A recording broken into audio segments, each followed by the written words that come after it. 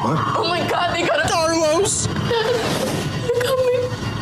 All right, listen to me. Go to the next bedroom. Under the bed. Tell me when you're there. Now, the next part is very important. They're going to take you.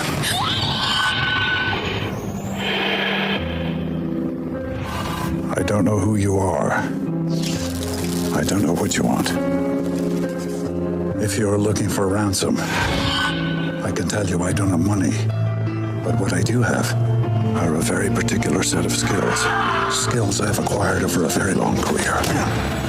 Skills that make me a nightmare for people like you. Where are they? If you let Shawn go now, that'll be the end of it. You have a 96-hour what? They're never finding her. No. But if you don't, I will look for you. Where is she? I will find you. I will kill you.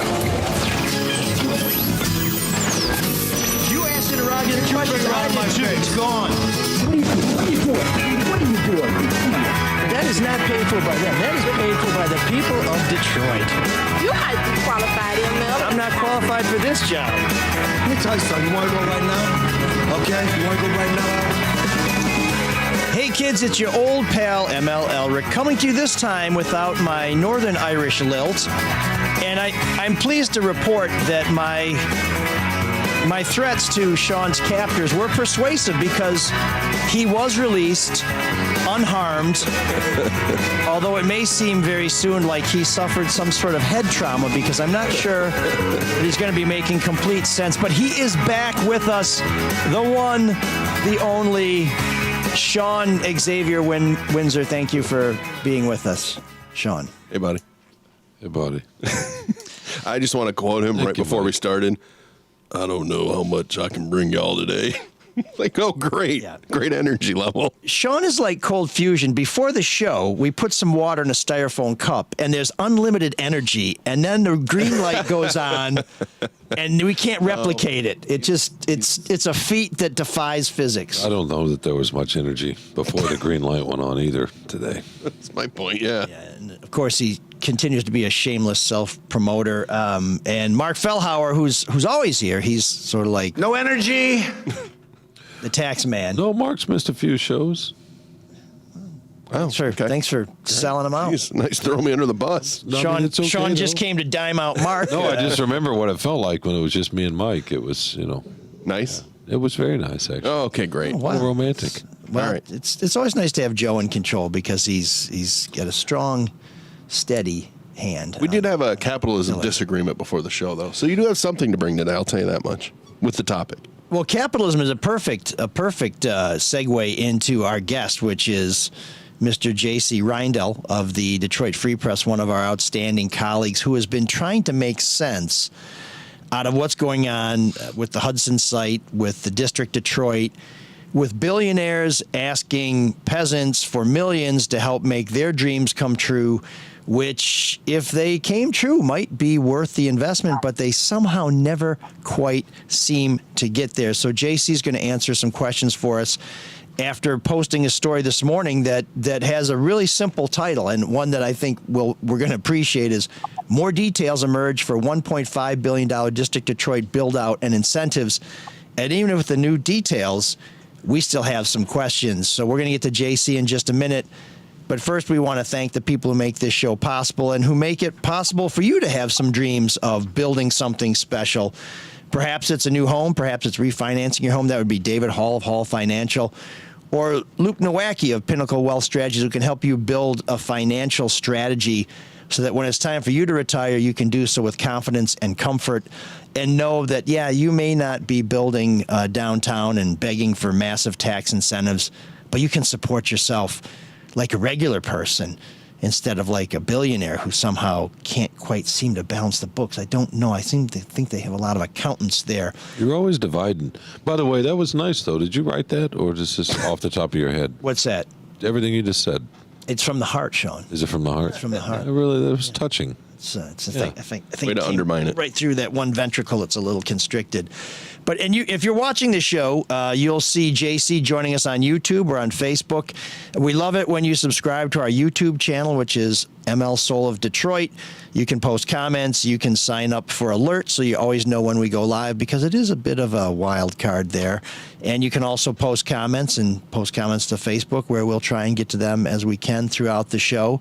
But it's time for our star, JC Reindl, who is an outstanding reporter, someone who has the wherewithal to cut through the fog and bring to us some common sense about some really important issues, because these guys are looking for, JC's at like $600 million in incentives this time? More than that, it comes out to $800 million, roughly, if you count all the different tranches of incentives that are being requested. And so out of $1.5 billion, how much are they actually going to spend? Yeah, they have some equity. They intend to contribute over $600 million in equity, but a lot of the development, $1.5 billion, a lot of that will be paid for with subsidies, over 35 years. But that is what they total up to, is about $800 million. And so they put in $600 million of their own money, or are they putting in $1.5 billion and we're going to give them some of it back? Because I'm always confused about these big numbers, because I know when I went to go buy a house, I had to put a lot of my own money into it, and there was nobody who was going to help me make my dreams come true. Yeah, the equity that they are putting into it should be a little over 655 million. That number was just reported yesterday for the first time. It's in some of the development documents, but also a portion of that is, I believe, some of that could be, there are some questions. Some of that could be bank loans, or the bank loans could be kind of on top of their equity. That is still a question mark, since a lot of these documents that are submitted, they're not written for the general public. It's generally developer to developer, developer to public official. So there is a lot of questions still about the financing, but the number, the official equity number, which they intend to contribute, is $655 million of the $1.5 billion project. And there's going to be some bank lending as part of that. Again, kind of figuring exactly what the capital stack, as they say, that hasn't been shared yet, as far as I know. JC, can you just give us a little bit of context for the listener, what this project is? I know the ultimate goal is 10 buildings around the District of Detroit, and then also some context of how it's kind of languished for a while. This is essentially District Detroit 2.0. The first version came out, was announced back in 2014. A lot of colorful renderings for the development was going to happen around the new Little Caesars Arena. And as we all know, that opened in 2017, and not much of the arena district, not much of District Detroit opened up at the same time. So the Ilitch organization did take a lot of criticism with the pace of development. Since then, to be fair, we have had some development that did rise up next to the arena. The old Eddie Stone Hotel, that's now open, mostly market rate housing, and it's all filled up very, very quickly in about a year. And there is a new office building next to the arena. You have a law firm, Boston Consulting Group too, and then you have Google, which is right next to the arena. But initially there was a lot of renderings for more apartment towers, a lot of adaptive reuse of historic buildings in the Cass corridor. A lot of that did not happen. And this is District Detroit 2.0. And what's different now is that the Ilitch organization, their Olympia development, has teamed up with Stephen Ross, who's a Detroit native and a mega developer from New York, did the Hudson Yards project over there. And so he has a very good track record. And they propose to do 10 total buildings, six new ones and 4 historic rehabs. And they're going to be building out District Detroit and finishing a lot of what was announced the first time that didn't materialize. JC, I'm an idiot, so a lot of the numbers just kind of fly by my head. But all I know is that what was built wasn't what they promised to build, and yet there's no way to get any of the money back that they were given from the public. Why is that, and why can't that be changed for the next development that they won't complete the way they say they're going to? Yeah, for the 1.0, the District of Detroit, the first version, they actually did legally comply with what they were supposed to do. They had a benchmark for how much, I think the term was ancillary development, around the arena. It was set fairly low, one could say. And they even got to include the new Little Caesars headquarters, with the pizza windows, which is not next to the arena. It's downtown, not too far away. But that got to be included too. I think there were some parking decks that got to be included. So legally, they fulfilled all their obligations the first time around. Nevertheless, the perception, public perception generally, is that they failed to complete the full vision.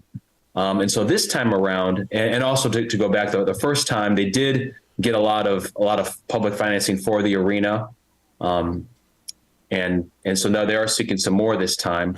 But a lot of these projects, what it would be the way it's going to work out. A lot of it is tax increment financing, which means that the subsidy, essentially the buildings would pay for themselves, where all the new taxes that would be generated, a lot of the new taxes that would be generated would go towards, the development team, that duo being the Olympia Development and related companies. There would be some over that capture, according to the projections. There would be a net fiscal benefit, to the city of Detroit and to the state taxpayers.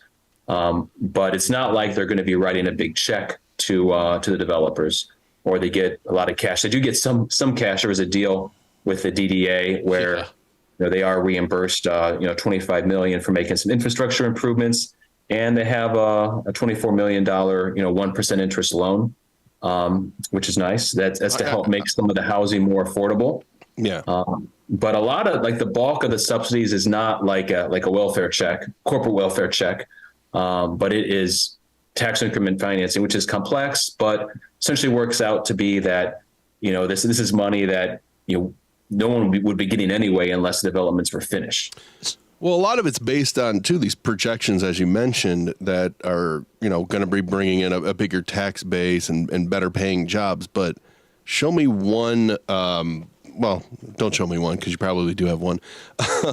It seems like they never really fulfill these projections. The projections seem to be pie in the sky numbers in the amount of money that it's going to be brought in, especially with stadiums. I know this isn't a stadium, but it's right next to it. But where do these numbers come from, and why are they always so far off? Yeah, that's a good observation. I agree with you. And for the projections for this project, they did go with an outside firm, a consultant firm, and that was a requirement as part of what's called a transformative brownfield. They had to choose an outside firm to do these projections, and essentially all the benefit for the city in terms of new tax revenue, the benefit for the state in terms of new tax revenue, a lot of that is projected based upon the jobs that are going to be created. By one, the construction of all these 10 buildings, and two, when you fill them up with new commercial tenants, new office tenants, 2 new hotels, and a lot of residential buildings there. And so that's the economic projections for the impact are based upon, what they think is going to be happening once they're built. They're all filled up. JC, is the capacity based on being at 100% capacity? Yeah, I think for sometimes that has been the case. There was a transformative brownfield for Gilbert's Bedrock that is assuming kind of 100% filled. I believe for the office buildings for District Detroit, I believe it's 90% occupancy is what they're expecting. And I did a story, right before the new year, speaking to some experts in commercial real estate and offices. And there is a question mark too. Now we're post-COVID. There's a lot of remote work, a lot of hybrid work. People aren't coming to the office every day. Some people from the suburbs who used to work in Detroit, 5 days a week, they no longer have to pay their city income tax. They don't come into the city as much as they used to. So there is a question mark, I think, if one or all these new office buildings, and there's about 4 of these 10 buildings are going to be new office buildings. Will they all be filled up with tenants? And would those tenants all have their workforce there like it's 2019, 5 days a week, or could a lot of them be remote and therefore they don't pay the city income tax? And I guess they wouldn't be going to lunch at Potbelly or whatever else is around. So those are some open questions. Well, this is one of the things that concerns me with tax increment financing. And in theory, it's a great idea, right? You have a piece of land that's bringing in little to no tax dollars. You take a financial risk to build something there, which creates value, which would drive up the tax bill. But you divert some of that tax money to the project to help support the project, to help mitigate the risk. And so while you don't get all the taxes that would be owed, you're getting more taxes than you would get if nothing had happened there. In theory, that's great. That makes sense to me. I can see that being a fair way to spur development. But if you end up building these projects and you anticipate all these things and people don't come downtown, or people work in the suburbs more and don't pay 100% of their city tax because they work from home several days a week, and those taxes don't go up, do we at some point have to dip into our pocket to make up the difference in the same way that we're now basically diverting taxpayer dollars to support the Q line because it didn't pan out the way people thought it would by now? Yeah, I would say that my understanding of the way these deals work is that would not be a risk, that the public's going to have to make up a difference of some shortfall. Like you said, it is tax increment financing. And under that scenario, trying to think, who would get burned in a situation where, let's just say you build these, all 4 of the office buildings, the 4 of the 10 buildings, and no one wants to go in there. I'm trying to think of who would be burned in that situation. Some of the private lenders, they haven't been identified, but there is going to be some private, bank financing.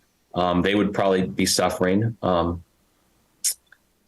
And I do know that from past transformative brownfields, if there's when the subsidy is approved for a very large number, if some of the projects kind of don't happen at the scale that was originally expected, there's still like a large number of subsidies that can be essentially taken, or taxes that can be captured from the buildings that were finished. And so let's just say only 9 or 8 of these buildings get built. But they were approved as if all 10 were going to be built. You potentially, no one suggested they're going to do this, but you potentially could shift some of those subsidies around, where you could take a larger reimbursement from some of the structures that were built. More money. Maybe only 8 of the 10 are built, so you take the subsidy from there. That, I believe, that's been done before. No one said that's what the 2 developers here would do, but that's also a possibility if a worst case scenario occurs and no one wants to fill up these buildings. So that to me sounds like a little bit of the shaft for us, because if you're taking the full benefit but you don't create all the properties, then you're not generating all those taxes that you said you're going to create to have the taxes that you can draw upon. But let me go back to an issue that we hear all the time with these projects, is that the tax dollars that are being reinvested into the project, or that aren't being collected by government, the 100% of the taxes we're not going to get, that this is taking money away from schools and libraries. And we've heard these developers say, particularly in Hudson's, none of this was going to schools. It was all just downtown taxes.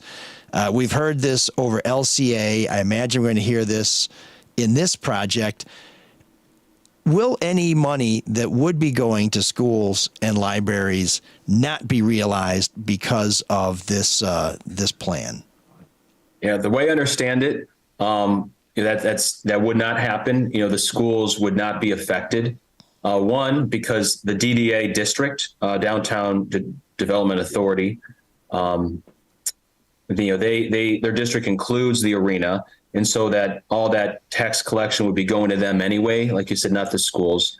And I do know too, with the District Detroit 1.0, there was some school money that may have been impacted, but it was very complex because around the same time that District Detroit was under construction, you also had the migration from DPS to Detroit Community District, and so some of that money, I think, went towards the old DPS, not the current schools. And I have spoken for past stories to current Detroit school officials, and they said they haven't been impacted at all, by kind of what happened or didn't happen with the first district Detroit. So I think, to be fair to some of the proponents, and those seeking these tax breaks, I think it is a true statement that the schools, aren't impacted by these developments. What about for some of the buildings that are going to be apartments where you own them or just condos? Because then that would contribute to the millage, right? So yeah, I think they are So that seeking would actually- NBG tax breaks for some of these condos. That does give actually, and in this case, I believe that they've yet to really say there's going to be any condos. It's just apartments. There could be some condos, but they've yet to say that. Because that would make a difference, right? If you just rent, you're not going to contribute to the school pot. But if you own, you would. And one of the stipulations of this of these tax breaks, or at least the $24 million loan, JC, you write about with the 1% interest over 34 years, which I wish I could get a loan like that. Part of the stipulation is for affordable housing. Is that kind of a red herring, or does affordable housing actually exist in a lot of these new projects? Yeah. So I'll address both those questions. The first one, when it comes to siphoning school monies, again, that doesn't happen in this case because even before all these developments happened, there was this DDA. The DDA has these boundaries that encompass most of downtown, including the new arena in the District of Detroit area. And so that money was already being siphoned and directed to the DDA. It wasn't going to the schools. So that means that this new development, when they're capturing a lot of that tax revenue via some of these tax breaks, it's not like they're capturing it from the schools, even for the residential buildings. And what was the second question again? Oh, just how many of these affordable housing, how many actually get filled? Is this another thing where legally it's in there, but they don't really have to? I just feel like there's a lot of ambiguity in what they really need to fulfill. I mean, on the surface, it seems like, a family of four that makes $45,000 can move into one of these great new buildings. But does it happen, or is there another way they can weasel out of that? Yeah, I think the tax breaks to make the housing more affordable, that appears to me, to be pretty legitimate. There are some real costs to constructing new buildings, new housing, and has even been said at a meeting yesterday that in some cases Detroit construction costs can be higher than bigger cities like Chicago, where they build big buildings all the time. In Detroit, we only have a couple going on, so you just don't have a lot of the savings and the efficiencies of scale. And so there is a lot of costs involved in Detroit to build new housing. And the rents you can get in Detroit are just not the same as they would be in bigger cities. And so to make the housing more affordable, so Detroiters, who aren't making, pulling down big salaries at Rocket Mortgage can afford to live there, it does make sense that you would need to have these subsidies so the developer can have some return on these projects, and some of the tax incentives here are geared to making that possible, and some of these, and that's pretty common too across housing in Detroit. And if we didn't have tax breaks and incentives, we probably have a lot less housing for Detroiters today. Sure, it does seem to be a necessary evil, but boy, when you have billionaires coming back asking for more money when they don't deliver on the watercolors that we see publicly, it's bullshit. And one more follow up on that 1% loan over 34 years. Is that a common term that the DDA gives out to, I don't know, say I wanted to go build a building down there and I wanted that deal. Would I be able to get it, or does my last name have to be Gilbert or Illich or Ross? Yeah, I think in this case, that is a unique arrangement. It's my understanding. And I think in this case, I can see how the DDA thought that request for the 1%, a $24 million loan, I can see how they thought that made sense, because you do have, two developers coming in, and they're going to not just build one building or two buildings, but it's multiple buildings. And these would be really nice new buildings, very, very high quality. And you're going to have, people of more modest means, could live in these new buildings. So I think, my assumption is they saw this as a unique situation where it would make more sense, to let these developers, have this special loan in ways that it might not make sense for, like a line of developers who just want to have a one-off building do the same thing. So I can kind of see why they saved it for this project rather than handing it out to any developer that knocks on their door.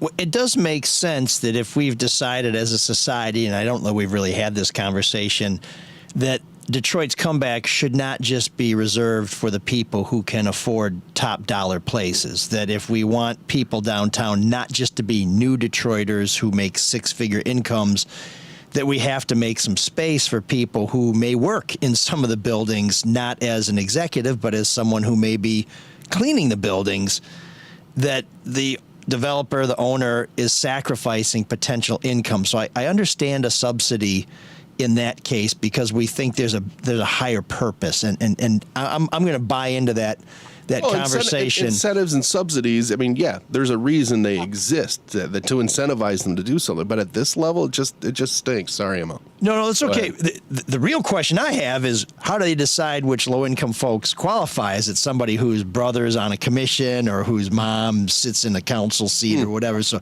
that's where I kind of say, okay, it's a good idea, but let's see how they execute it.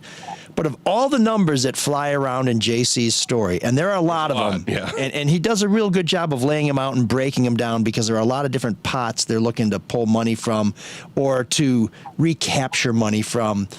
The one that sticks out in my mind that I just cannot in any way make sense of is this line. If all 10 buildings get built and are successfully leased, the consultant forecast that nearly 5,800 permanent full-time equivalent jobs would be created, paying average incomes of $95,000 a year. Now, yeah, right. The reason I can't make sense of this is not because it's clearly written. Like everything JC does, it's very clean, it's very straightforward. But what the hell is this consultant talking about? Because 5,800 permanent jobs with an average salary of $95,000 a year. Have they specified what those jobs would be? Because that just seems inconceivable. And when would they make this $95,000? Would it be at the end of the 34-year loan? Is that what they're measuring it by? Yeah, that's I raised my eyebrows at that figure too. But that is indeed in the consultant's report. I actually had to check that 3 times because it just didn't seem right to me. But that is what they came up with, and a lot of those jobs, would be office jobs, hospitality jobs, and apparently they're expecting so many of these jobs that are high paying that it would average out and raise the average over, let's just say like a housekeeper job at some of the residential buildings. And that is actually really key when it comes to these economic impact projections. And we're seeing it here with District Detroit 2.0, as well as the Gilbert projects. A lot of those projections are all based upon the jobs that are created and the salaries that are created. And you do have an incentive for the developers to have really big numbers, for those things, because that helps, the headline number, for the impact is going to be bigger if you have, more people working there, making more money. And one thing too, which we reported on the past, which is kind of in that line too, is that it's also important, when the devil's in the detail when it comes to where these jobs are coming from, because this is only new jobs, net new creation. If these are new jobs being created, but for this development, they wouldn't occur. So one thing one has to be careful about is, let's just say you do have a company that's living in like a Class C older downtown building, kind of run down, and they want to really upgrade to one of these new buildings, and they just move over, all their workforce, let's just say 100 people, into the new building. Well, all those people who are the existing employees were currently paying their state income tax, their city income tax, and they move over to the new building, and then in the new building, with this, if this transformational brownfield subsidies approved for the district, a portion, I believe 50% of their state income taxes get to be captured by the developers. And there's other, so that'll occur. So one thing that one should be careful about when it comes to these projections and what they expect to actually occur when everything is done is where the jobs are coming from. Are we just shuffling around jobs, musical chairs, or these net new?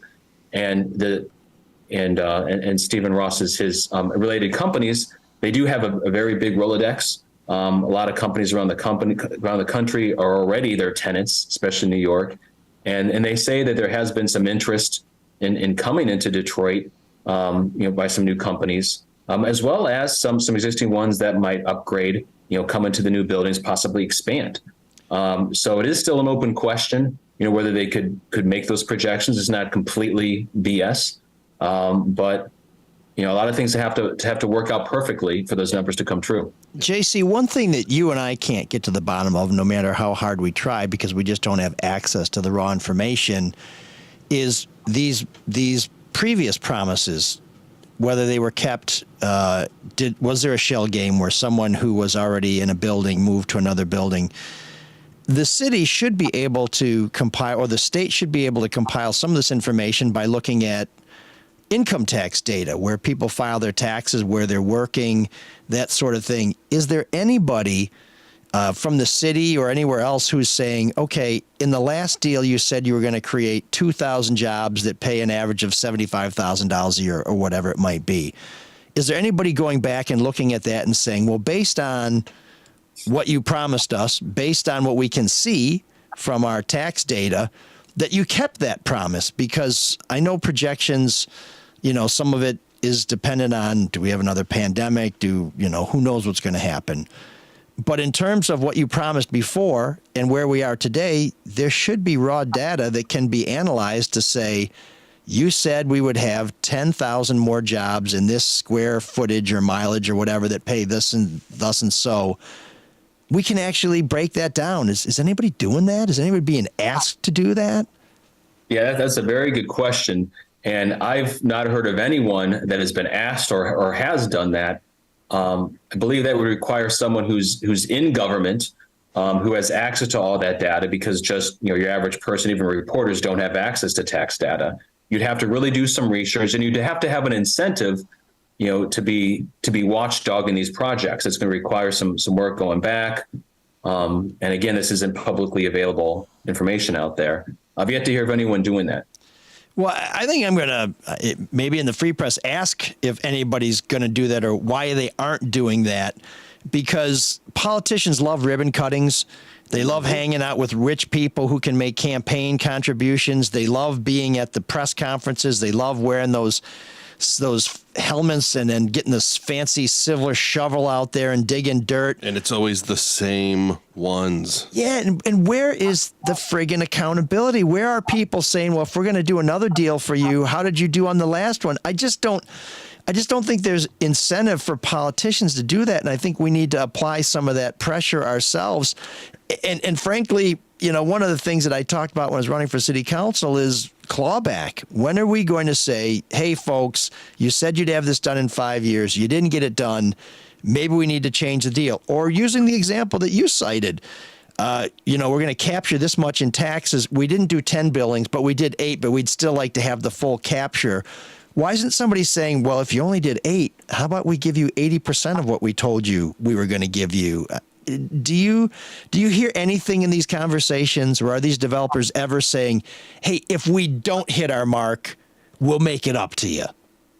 Yeah, I've never heard that. And a lot of these, I'm stunned. The transformational. Sorry, I didn't mean to interrupt. I just, it's crazy. Yeah. They Yeah, never like feel like they need to give us a brownfield guarantee. subsidy. We just have to guarantee stuff for them. Yeah. Like the transformational brownfield subsidy, which is a state level tax capture, the $616 million tax capture, that does not have any clawbacks, because the way it works, again, it's, tax increment financing. There's no check being handed over. Though the one test, or I would say one development that I'm going to be watching closely is going to be happening at the end of February, where the very first transformative brownfield that was approved by the state of Michigan was actually for Gilbert's projects, the 4 developments in downtown. You had the one campus Marsh's, the CompuWare building, that expansion in the back. You also had the Book Tower redevelopment. You had the Hudson site, that massive project. And then the other one was the Monroe blocks, which, right now they have, an Imagine outdoor theater there. They've had some winter games, some roller skating in warmer months.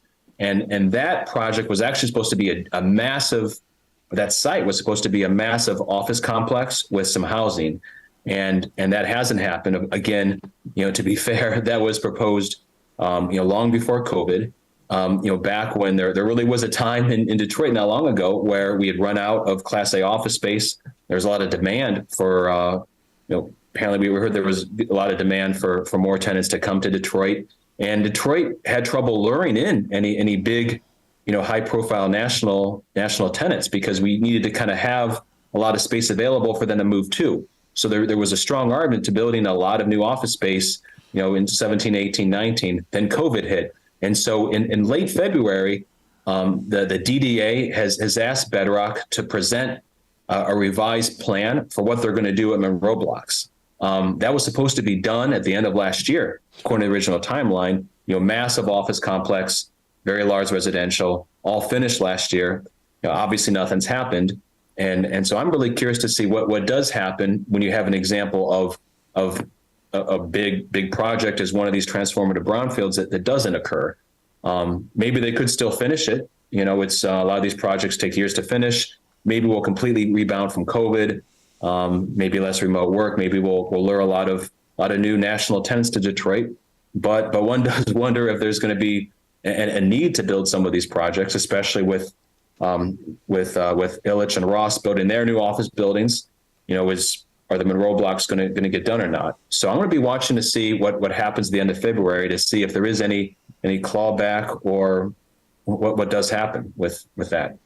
When, say, Olympia or Ross's companies, they're going to put together this development and they want to look at incentives, do they come up with it? Do they go to the DDA in the state for the Brownsfield? Or is it done in concert? And if they just go to these public institutions, how much pushback is there? Like, no, we're not going to give you $616 million, or is that just locked into a law?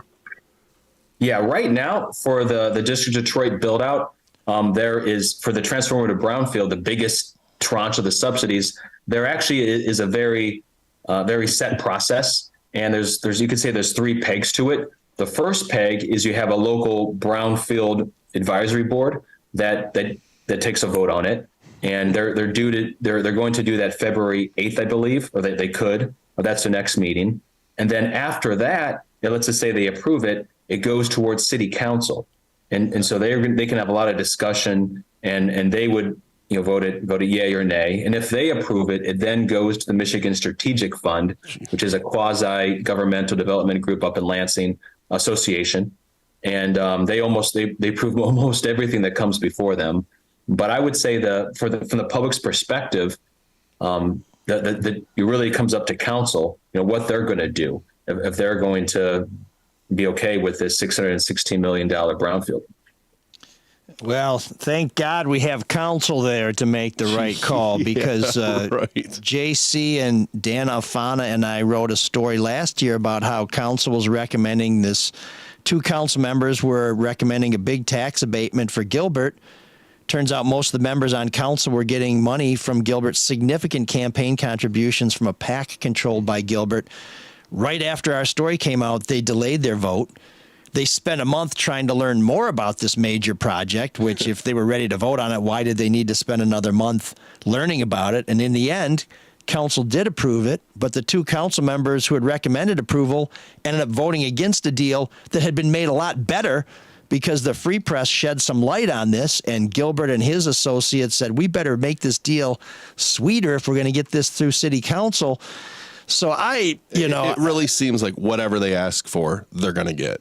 Yeah, I mean, council just is not, they are not the check on the power that they really should be. They're not the check on the power of the mayor they should be, and they're not the check on the power of the powerful people who are transforming our city. And it's really important to note as well, I think, that we like LCA. We're glad that the book tower is being reformed. I'm grateful to see the Detroit Free Press building the original one, or the original one at 321 West Lafayette, coming back to life. Downtown has been transformed by Peter Carmanos, by Dan Gilbert, by a lot of other people, and before them by Gary Torgo. Yeah, we want these things, but at what cost? We want these things, but we also want everybody to keep up their end of the bargain. And if they ask us to put something on the table, we expect them to live up to what they told us. And $95,000 a year jobs for 5,800 people. That means somebody who holds the door is making 30 grand. That means somebody who's walking through the door must be making 200 grand. And it stinks. The problem is Party poopers. These deals are oversold. We're not being told truthfully what's going on, and then no one goes back to check. And I really think that before Olympia or Illich companies, whatever they're calling themselves now, ask us for any more money, they should provide us a really high quality, accurate breakdown of how well they fulfilled their last promise. And if they're not willing to do that, then I have to wonder if it's because the numbers didn't fall the way they said they were, and that they don't want to be judged by their track record when they come back to us for even more help. And you know the city never has any data on it either. Well, the city's just like, oh, you want to do this? That'd be great. And, and you have seen these projects change because the fact that we're having some affordable housing, that's a transformation that's happened because people were bitching that these new buildings were only for the rich folks. And so the city has affected the course of these projects. But in terms of holding them accountable for doing everything they said they do, boy, I just don't have that sense. And if anybody knew whether they were doing that, it would be JC, because this guy is a bulldog. So, JC, we really appreciate you coming on and for the work you're doing. And I look forward to seeing your next story, because I know if there's anybody who's going to ask some hard questions of these jokers, it's going to be JC Reindel of the Detroit Free Press. Thank you for having me on. I'm flattered. Well, he doesn't say that to just anyone. Unlike these developers, we don't blow sunshine up people's ass and then give them colon cancer. We think that That's okay, sorry, that's a just bad. Stop on your head, Emma. That's a bad visual. But yeah, no, great job, JC, and stay on them. And I hope that we'll be able to team up again in the near future to let these folks know that they just can't paint these fantasy images and think that and keep transforming the city. Thanks, JC. Thanks for listening to Mike's soliloquy. Why are you so mad? Why'd you call us party poopers? We'll let you go, JC. Now we're going to yell at Shawn. Thank you. JC remembers what downtown was like 20 years ago. But that's what we just said. We want these things, right? No, you really don't. Bullshit. Why would you say that? Because you just want to complain. So you're okay with as long as they're not dumping shit. Yeah, if there's you're fine with it. You're fine with wow. I've never seen you on a billionaire side before. I'll tell you why these discussions we matter. act like this is our money. It's not. It's a no, it is our money. It is. This is public money. This is money that would be going into. Now that's why tax increment finance districts are complex, but they are, I think, useful because it is our money, but if they don't build it, there's no money to go in our pocket. So that's why these, I think, are justifiable. But here's why these discussions matter. There was a great gourmet grocery store on Woodward called the Butcher Shop. It was started by some folks with their own money. They did a wonderful job, prepared foods, high-end stuff, wine department, people who really knew what they were talking about. A very lovely place to go. No help from the city. Whole Foods wants to come here, right down the block from them. The city piles money that upon dollar to encourage Whole Foods to go there. Whole Foods opens with these massive subsidies, puts the Butcher Shop out of business. And we were told Whole Foods needs all these incentives because it's a big investment, it's a big risk. And I keep hearing it's one of the most profitable Whole Foods in the whole chain. And so by subsidizing, by picking a winner, we eliminated an organically grown, high-quality local business. And that's why, it's not just that we want things to come downtown. It's, are we hurting people who are making things happen with money out of their own pocket, who are making their own risk? Because ideally, everything is going to happen organically where people, they take a risk. If they win, they're rewarded. If they don't, hey, you paid your money, you take your chances. But when we put all these incentives and these subsidize all these projects, we're stopping other things from moving forward. Like JC said too, Sean, the $616 million that are brownfield tax captures, that's money that would go back, right? I mean, that right. And I'm not, and I agree about the $5,800 figure and the $95,000 salary, but that's about $600 million. It's all lies. That's just for 1 year, though, right? But it's not all lies. Part of it, none of it's lie. It's just exaggeration. Some of it's going to work, though, to JC's point. Well, right? Yeah, that's a fair amount of it. Actually, is I just work. wonder, would they do this $1.5 billion development? You know, all these buildings. Would they do it? To me, the stadiums are the boondoggles. The stadiums are the ridiculous ones because the jobs that those provide, and the fact that mostly they sit, especially football stadiums, right? They may have some concerts in them, but other than that, or truck shows. But other than that, they got 8 home games a year. Those are the boondoggles in every community across the country. But what this development, what JC's talking about. That's different. That's fine, but what I wonder, and this is, you know, kind of why I'm glad he laid out where this money's coming from and what breaks you're getting is, if this development's so great, $1.5 billion, would they do it if their incentives were only $500 million? Well, I don't know. Would they have built? Would they have? The book is a great example. That place would still be empty if there weren't subsidies, massive subsidies. But it also 50%? has never done what it was supposed to do, which is why the developer sold it after losing his shirt. I mean, and does it bother you that it's always the same 2 names mainly? Now Stephen Ross is involved. Does it bother you at all that, you know, there's so much bedrock in this area of downtown, and then everything up there is Olympia and Illich? I mean, yeah, I'm glad somebody's doing it, but it'd be nice to have a little diversification of development. Who else is going to? Oh, I get you're right. I mean, you can question. I'm sure there's developers around the country. You know, Ross didn't get involved in this out of the kindness of his heart. No, he wants to make money. Of course not. Exactly. And he's got some issues. So why are we giving him so much? Gilbert does. Why are we giving him so much help to make that money? Who else is coming up to do it? That's the problem. This is how our culture with this works. deal. With this how deal, the world works. Unfortunately, I think there's a lot of developers that would like this deal and might come here. There are smaller projects that get incentives, so it's not like these things just go to these guys. And if you're going to do a project on such a grand scale, you do have to be kind of a big player. But what's Ford getting to redo the train station? Here's my problem: when I go to the bank and I want to buy a house or I want to refinance, I don't tell them, I'm going to make $150,000 a year over the next 20 years, so you should loan me $200,000. You say, no, asshole, give me your W-2s. I want to know exactly how much you did make. I want to know how much you do have in the bank, and then I'll decide whether to finance this deal. And these developers can go to these banks, and they should be having those same conversations, because if the deals make sense, the banks will write the notes. And JC has said there is going to be some lending involved.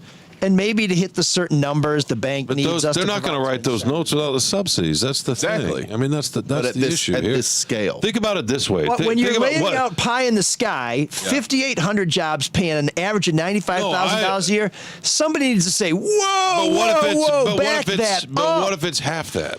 Or even a third of that. Well, then tell us that. That's better than what was there before, which was nothing. By the way, I went to Mi Pueblo, whatever. I'm a Lapidus guy. If you're talking about taquerias in Southwest Detroit, there's several other spots down there that are great. I went down to Mi Pueblo a couple of weeks ago and went right by. It was at night. Went by the train station and it was lit up. And I was just thinking, so.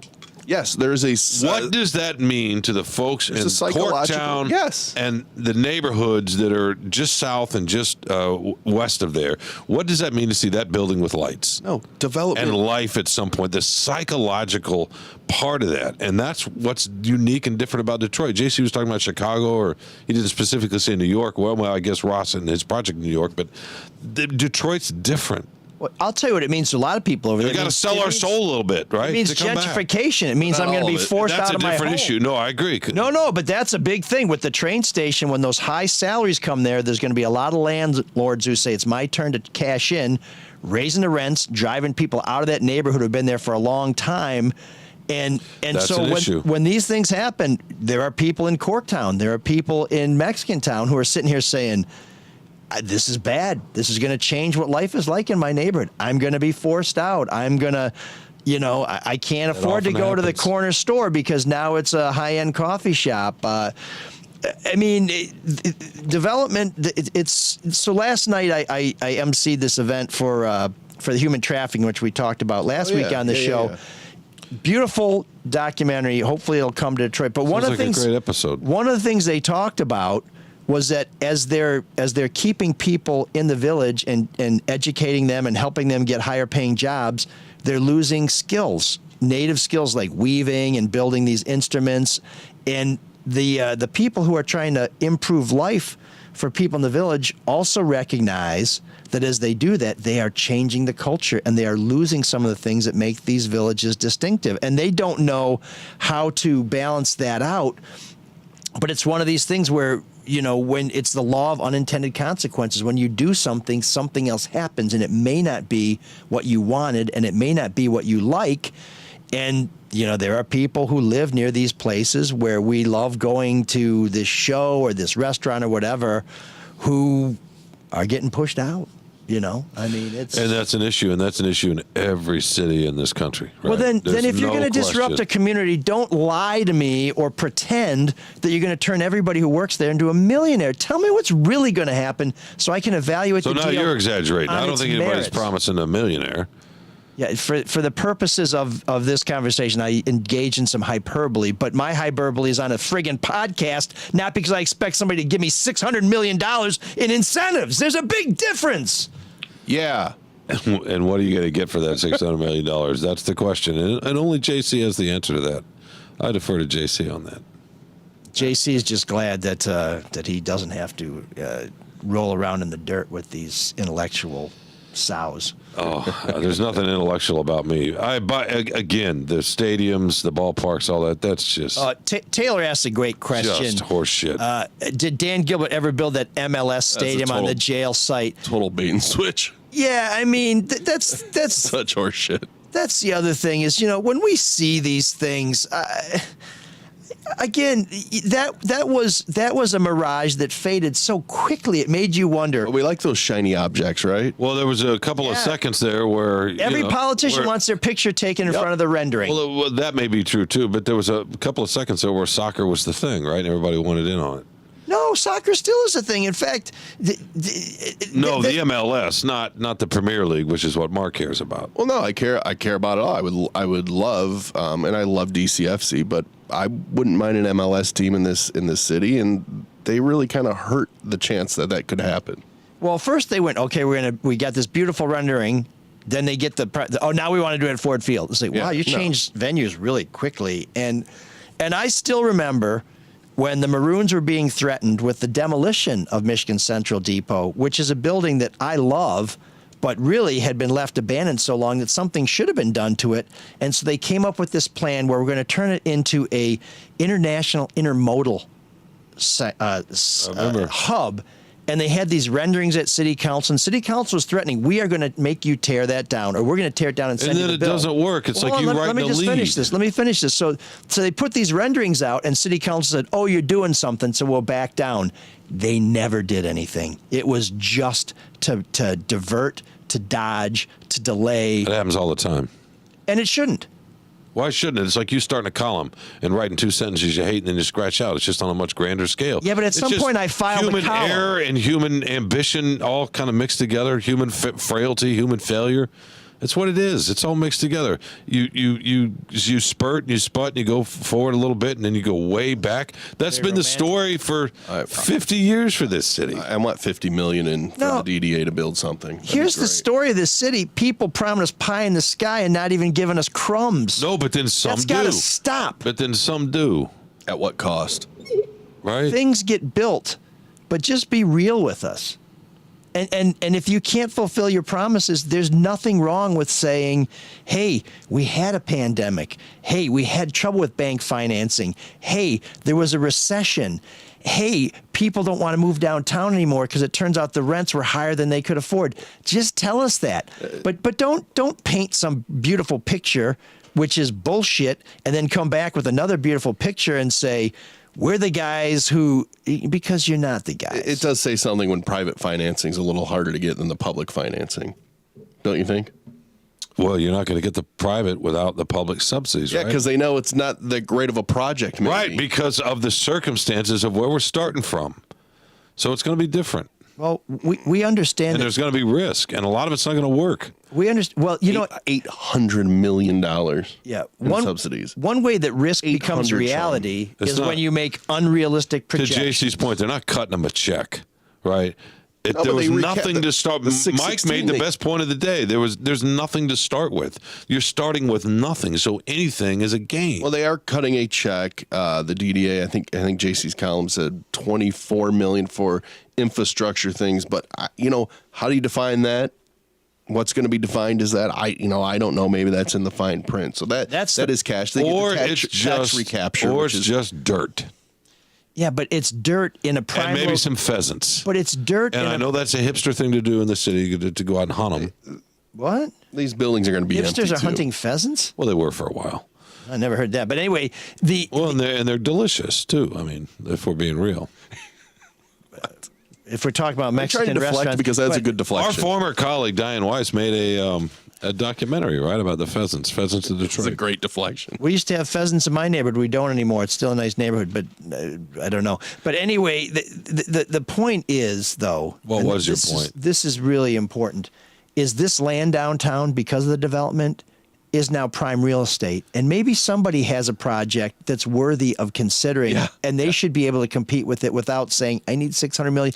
Maybe they don't, but we're not talking about some land by the airport that used to be a landfill. We're not talking about some former lead-filled site where they used to smelt this or that. No, we're talking about land that is more valuable because the very people you're trashing, which deserve a lot of criticism, have made it more valuable. Sure. They should make it valuable for everybody who has a plan, not just like, well, we made something out of this. Well, other people some of it can with come your in, money, right? and so we're going to continue to Other suck people all the can blood come in out of But it. now, right? that's the question. Would other people get $800 million? Well, maybe not, but maybe they'll get the percentage the that's problem. relative to that. Well, maybe it's a much smaller scale Now project, you're but they're getting going to it. get That's the problem. right instead of 1.5 to 8. Maybe it's a $10 million, and they're going to get $5 million in subsidies or whatever. As long as it's the same ratio, But that's what we're talking I don't think about. it would be the same ratio. Is kind of our point. Well, I don't know. I don't know enough. Mike, you know a lot more. JC would know a whole lot more about who's building what and trying to do. Yeah, I don't have a head for these things. JC does. My only point is, tell us the truth. That's all I want to know. Tell us the truth. And if you're an elected official or you're a city official, hold them accountable. If they didn't live up to their promise, claw back. If they say they're going The to land create, of optimism. We're the land of Teletubbies. Come on, man. well, This we is- have data. You're talking about trying to change the Who has culture. data? Not the city. I'll tell you that much. Before we move on, I just noticed Oh. that JC is still on there. JC, if you can hear me and are paying attention, is there anything you want to correct and are yelling at Shawn? Did we get any numbers wrong? No, you guys are great. Okay, good. 100% accurate. Hey, there you go. Yeah. And Shawn's wrong, right? Jay's not On biting. that. Damn it. You can say it, JC. That's a hard pass. You're wrong. No, You can say Sean, I'm wrong. I don't care. I'm always wrong. we JC's torn. He likes to stick to the facts. We also opinion. are guilty of making some rosy predictions, which is that Shawn will be a serious contributor to the conversation. Well, he was at the end. Mr. Capitalist over there. Yeah, I know. I can't believe Give these you guys- billionaires all this I money. can't believe you guys put me in that spot. When did Why are you Stephen in that Ross get spot? to you? Part of the blue wall. Yeah. Yeah, that's it. Hey, the way- if you need help with financing, there's my segue, right? Yes. No, let's talk to some people who look at real numbers and who can make a real Yeah, if you difference. can't get a $25 million loan at 1% for 33 years, you still might be able to do something with your money. And mortgage interest rates are the lowest they've been in over 4 months. And now the holidays are behind us. Now's the time to take a look at your finance and consider consolidating your debt with a cash out refinance, huh? This is what normal, hardworking people have to do. Use the equity in your home, put yourself in a better financial situation. It's the most affordable way to eliminate debt. And how do you do that? Shawn asks. Pay your people. You're supposed to just say, how do you do that? A free 5-minute mortgage review with all financials, all it takes to see how much money you've gained in home equity. And in most cases, you can access that money in 2 weeks or less. So whether you're looking to purchase a new home, refinance your current home, you need to call Hall Financial first, 866-CALL-HALL, or chat with them online at callhallfirst.com. How about that? That sounds Sounds fabulous. pretty good. And if you are making a big financial decision, such as purchasing that new home or a car, or maybe Building a stadium. Building a stadium. There you go. You're going to need to see how these decisions are going to affect your current and future financial goals. And the one person we recommend is Luke Nowacki, and he's got a whole team at Pinnacle Wealth Strategies to help you plan for all your financial goals, both today and well into the future. Call Luke today at 248-663-4748 for a complimentary consultation to see if these plans are going to align with your goals. Because when you call Luke, he'll make it all about you, sweetheart. Securities and investment advisory services offered through Royal Alliance Associates Inc. Member FINRA SIPC. Royal Alliance Associates Inc. is separately owned, and other entities and/or marketing names, products, or services referenced here are independent of Royal Alliance Associates Inc. Oh man, the geeks have inherited the earth. Did I do that? What a dork. Does him wanting to play with us again mean that he's turning into a geek, or we're turning into cool guys? I was going to make our Geek of the Week this Chiefs fan who is known as, I think, Chiefs... Jackson Mahomes? No. This is a guy who shows up at, Sean laughed at that. Kansas City Chiefs games dressed as a wolf. And he missed the last game, and they found out eventually why he missed it, because he was in jail because he tried to rob a bank, and no one knew how he was able to afford all these things. And it turns out he may be a bank robber, but it also turns out That's a fun story. that he has an incredibly tragic upbringing, and so he may have just been doing what he needed to do to get by and to have a little notoriety. So he's not our Geek of the Week. Like Dan Gilbert. So it's going to be Jackson Mahomes? No, it's going to be Mahomes. Mike Pompeo, our former Secretary of State for the United States. That was a left turn. And a presidential wannabe. Right turn. Also from Kansas, though. It's left. Also from Kansas. So he mocks the disproportionate Kansas, global uproar. What's that? The Chiefs are in Missouri. I'm sorry, Mike Pompeo. Go ahead. I kind of was worried that might be the case. But there's a Kansas City in Kansas, right? There is great barbecue Okay. there as well as Kansas City, Missouri. Better than Lapidus? Oklahoma Joe's. It's So in anyway- a gas station. I think it's in Kansas. There you go. Welcome to Mi Pueblo, Sean. God bless him. Anyway, Mike Pompeo mocks Keep eating your Chick-fil-A. the disproportionate global uproar over Jamal Khashoggi's death. You may remember Jamal Khashoggi was the Washington Post journalist who had his head separated from his body because he criticized Mohammed bin Salman, also known as MBS, one of the most powerful, one of the richest, and perhaps one of the most vile people on the face of the earth. Well, Mike Pompeo says that MBS, the beheader, said he is one of the most important leaders of his time, a truly historic figure on the world stage. Well, he may be historic, but it's for all the wrong reasons. And maybe he's going to change the culture in Saudi Arabia one head at a time. But Mike Pompeo, somebody who beheads someone who fights for freedom and the truth, you think that's overblown? Well, guess what, buddy? You may never be president, but you are our Geek of the Week.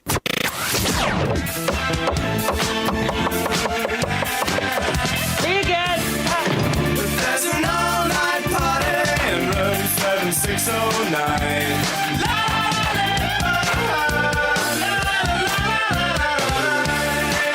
And you can dance together all night if you've got the time.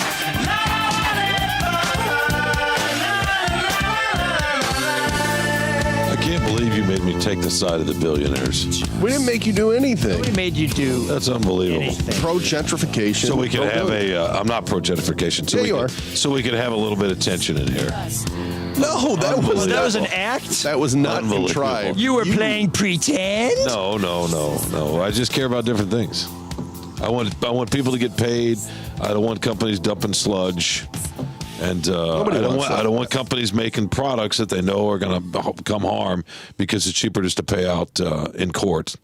I don't want stuff like that. Everybody but if you're agrees just with talking about some pie in the sky, tax dollars for real estate development, I don't give a shit. Sounds like As Sean. long as there's some eventual development. And that's how things get built. It sounds like Sean More or less. is in the middle of having his refinancing with Rocket Mortgage evaluated and is trying to score some points with another firm out there that may be owned by someone who's looking for some hefty. No. I'll stick with my military firm. Okay. Well, we kind of took a little bit of a dog leg last month, and I guess it's still the 31st. It's still January. Looking at the shoegazing movement, which followed New Wave, and people were really happy to hear Blur. And I like the way you raise your eyebrows when you say shoegazing. That's nice. right. It's It a is nice touch. And, all the time, listeners want us to play stuff, and Shawn says, no, we're not going to give them what they want. To hell with these people. We're not going to knuckle under them. We are going to be the iron fist of podcasting. But people are digging shoegazing, so we thought we would play a little something from Suede, which you may have never heard before, but a lot of people who like shoegazing consider to be the best of the genre, including Julie, who writes, I really enjoyed the discussion of Britpop and hearing one of my favorite Blur songs on your podcast. I'm one of the people you mentioned who thinks Suede is the best of the big Britpop bands, although sadly, they're the least popular on this side of the pond. Well, we're going to try and do something about that today. So here is Suede playing what I think is one of their best songs. It's called Beautiful Ones.